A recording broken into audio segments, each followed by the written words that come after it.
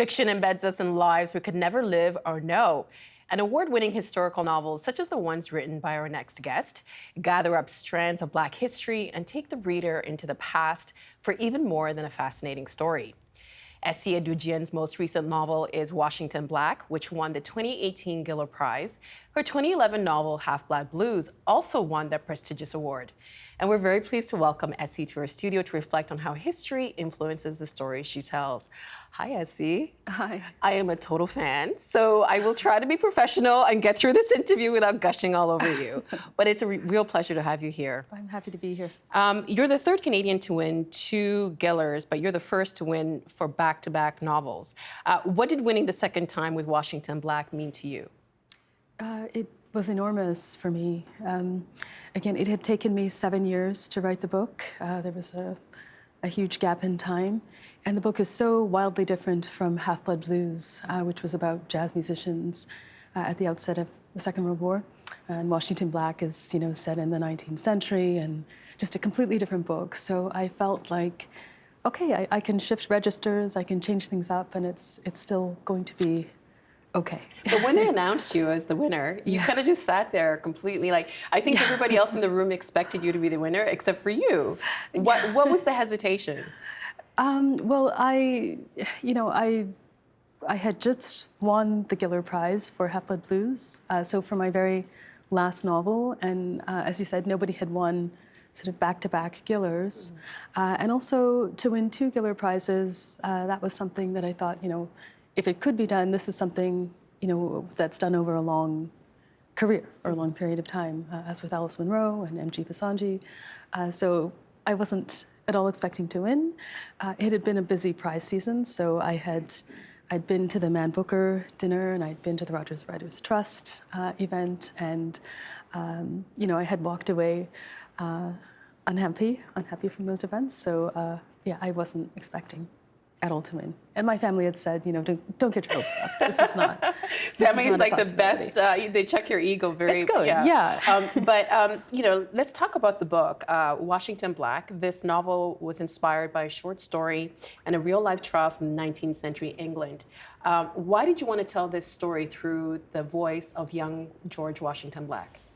Yeah, so I had set out to write a novel about the Tichborne claimant series of trials, which was this huge cause célèbre in 1860s. It ran from the 1860s to the 1880s in England, and centered around an imposter who'd come to claim an inheritance from a very wealthy family in the south of England.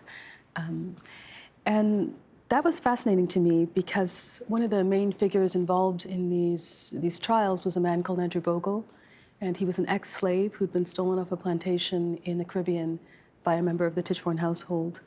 And so I was very interested to tell the story of those trials through the lens of his voice. But then when I started writing that story, I realized that there were just so many pieces, and this was litigation that went on for nearly 30 years. And I realized I was much less interested in all of the kind of outlandish, some of them, pieces of this history than I was in his particular voice, or the voice of somebody like him. So somebody who was born in bondage and had had one vision of how his life was going to go, and then been wrenched out of that and transported into a world, or in this case, worlds that he could never have imagined for himself. And again, you're using history to tell that story of Half-Blood Blues, the story of Hieronymus, is that how you say his name? Hieronymus. Hieronymus, a folk, and he is half German, half Black, half African, and he's living through the Nazi occupation. And the book is about what it was like to be a person of color during that time. Again, going back to history, what draws you to the past when writing fiction? I think I'm somebody who's, I'm a great reader. Like, I really enjoy reading widely. And my novels probably come out of my reading. So, and I feel like the novels are really dealing with people who are sort of footnotes in a larger history. We don't know tons about the history of of Afro-German people, or at least I didn't. I'm sure it's quite different if you're German. You know, I didn't really know very much about the history of Afro-Germans between the wars, between World War I and World War II in Europe, and what that existence would have looked like. And then I ended up, you know, coming across a reference to the Rhineland Bastards in a history book, and then wanting to look more deeply into that history. And then for Washington Black, it was just the very advent of the Tichborne claimant series of cases. Like, I had never heard of this litigation. Like, I'd never heard the story of the Tichborne claimant. And then I came across it's a story by Borges in which he had written a little bit about it. And I thought that he'd made everything up. Like, it just sounded so crazy. And then I was reading, again, a history book and came across a reference to the claimant, and then dug a bit deeper and came across a reference to Andrew Bogle and was just completely floored that he had actually existed, and then wanted to know more about him. I really like what you said about the footnotes of history and then expanding on that. Because in Washington Black, you are talking about slavery. And I also found it interesting that it was based in the Caribbean and not in America. It takes place on a plantation in Barbados.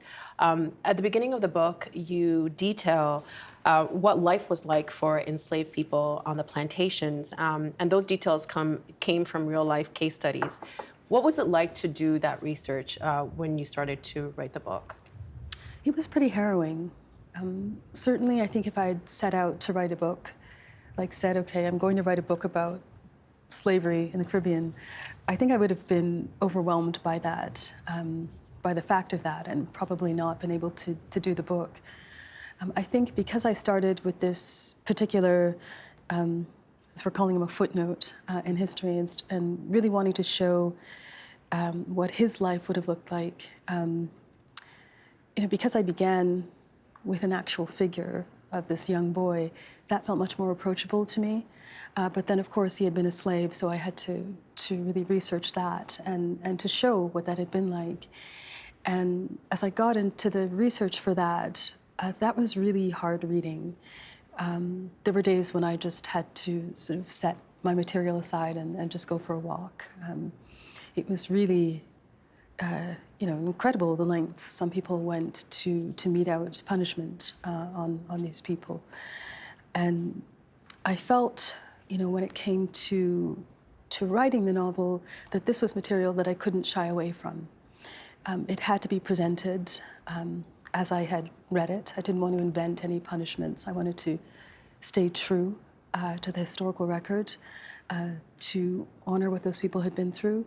And though, you know, it's kind of difficult to start a novel with depictions of great brutality, I really felt that, you know, this had to be represented, and it had to be there. And I guess I just had to trust that the reader would trust me enough to read through it and to understand that there would also be lightness in the novel. Were you worried at all that it might be one of those situations where it's like, it's one thing to live through that you have no choice. And for someone reading, it might be too much and they decide, oh, I can't get through it. Yeah, I mean, that's the risk you take when you write about these things. But you sort of hope that if a reader does feel that or get to that point, that that they will come back to it, that you know, that I guess in my case, wanting to set things up so that you understand that that the book is really about his life beyond that, and him dealing with the trauma, but also him looking for his place in the world, and you know, striving for sort of, what's the word? Some kind of redemption, I guess. Like to be seen, as we're witnessing. To be seen, and also to understand what the purpose of his life is, and to understand that he is, you know, someone of worth. And so his working his way towards this is really the true subject of the novel. And I can't govern how somebody reads, and it's not for me to judge somebody else's limits. And if you have to put the book aside at the outset, that's perhaps it's not the book for you, and that's it's a shame. But One of the things that I thought was really fascinating about both books is that both Half-Blood Blues and Washington Black feature young Black men with extraordinary talent, but because of where they're, the time that they're born, their talent doesn't quite get the credit it's due. Was that an intentional thing that you did? It seems to me, I guess all three of my novels have that in them, that there are people who are extraordinary, but that talent goes unrecognized. And it certainly wasn't like my project. When I set out to write the novels, I didn't think that this was something, Black genius, I guess, was something that I was going to be looking at over the course of several books. But again, I think it comes out of the nature of these people or these experiences as being like footnote histories, that if they're footnotes, it's because they have been forgotten to whatever degree. And so I guess it has become my project to discover these stories that are little told, because that's what fascinates me, and then to kind of dig them up and throw them into the light. Because as you mentioned that you do read a lot, and as somebody that reads a lot, do you wonder what genius society, what we have lost, because people were discriminated against based on their color, being a woman, depending on what time they were born, when they were born? What we've lost in the long run? Yeah, I mean, I think we're living in an age in which people are, well, it's an age that's constantly evolving. I feel like every day there's something new. But we're interested in uncovering these stories and in, if not celebrating, then at least hearing different people's stories. Like if I think of, even like 30 years ago, I guess just what the literary landscape looked like in terms of voices of color or transgender voices, that these were not things that were necessarily being as readily published. So I feel like we're sort of more interested in hearing about these stories. But, I'm sure there is so much that's being lost. And it's just, I don't have an awareness of it because it is lost. Maybe that's something for the generations behind us to sort of tell us what we're not seeing. One thing I loved about Washington Black is that it has so much science. And I guess the research you must have done for that, or maybe is science something that you're very interested in? I found out I was interested in it as I was researching for the book, but yeah, no, not a scientist. Well, last year you wrote an essay on the history of Black scientists, and I just wanted to read a quote from there. Sure. You wrote, looking upon the lives of Black scientists throughout history, one wonders how their work might have differed, their fates changed, had they had an awareness of each other. What did you mean by that? Yeah, that a lot of these scientists, and I think that article focuses on a young woman called Alice Ball, who essentially discovered a kind of cure for leprosy. Or at least, something that put leprosy into remission, so that people could return to their families and they weren't sort of segregated on this tiny. It was groundbreaking. Yeah, groundbreaking research. But I'm sure that, she would have been working with a great awareness of how she was limited and how her voice. She had a great champion in her coworker who invited her on to help him make this discovery. But what if he hadn't been there? What if he hadn't sort of, picked her out and seen what she could do and asked her, to work with him on this? You just think there's so much that she discovered that was so good for people that, that likely wouldn't have come to pass if she hadn't had, just this one person championing her. Sorry. And I feel like when I started digging into the history of Black scientists, that there is a sense that they would have been outliers, that, you know, a lot of them would have been working without a knowledge of having forebears or colleagues or just people like them. And what a challenge that could have presented in a lot of these cases, just the sense of swimming against the current and of having to really work for legitimacy, like to have their work be viewed as something legitimate, just because it was coming from them, you know, whether it's a black man or a black woman, or, you know, just how much further maybe they would have been able to go? Yeah, I'm searching for my words. Yeah, just to have a sense that, I mean, we like to think of science as being colorblind, and, you know, it's a process of experimentation, and you know, and whether you're getting, you know, it's sort of in a laboratory, and it doesn't really matter what the scientist's, you know, gender or race is, but that, you know, I think if you feel like you're working against the current, and you feel like you're encountering great prejudice, that this is something where psychologically you can come to feel as though you don't belong, and this can limit what you're capable of. And then, you know, we lose so much of what that potential could have given us. Well, I want to circle back then to the very beginning with what you just said.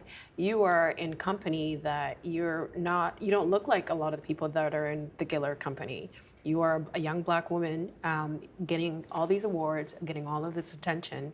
What does that mean to you? And do you feel a sense of responsibility to,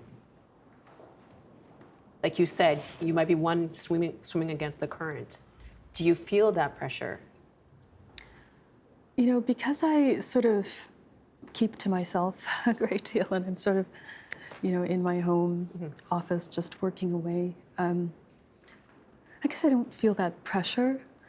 You know, I'm just myself, working on books that I'm interested in. But having said that, you know, I was asked by a journalist when I was in England, you know, to name like 5 black female writers in Canada who had influenced me greatly.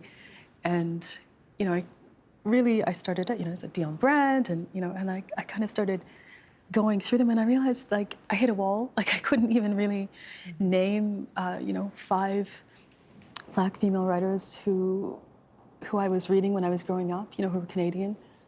And I realized just how much that did maybe shape my sense of possibility in terms of me becoming a writer, because obviously in school you're reading a lot of dead authors, or you're reading a lot of authors who don't have your background at all. And so I think there is something very subtle that happens psychologically in terms of you're feeling like you have permission to do things. And so I guess I'm aware that you know, for some young women of color, that maybe just my, you know, writing at all and being out there can be more than symbolic. Like, it can be a granting of permission.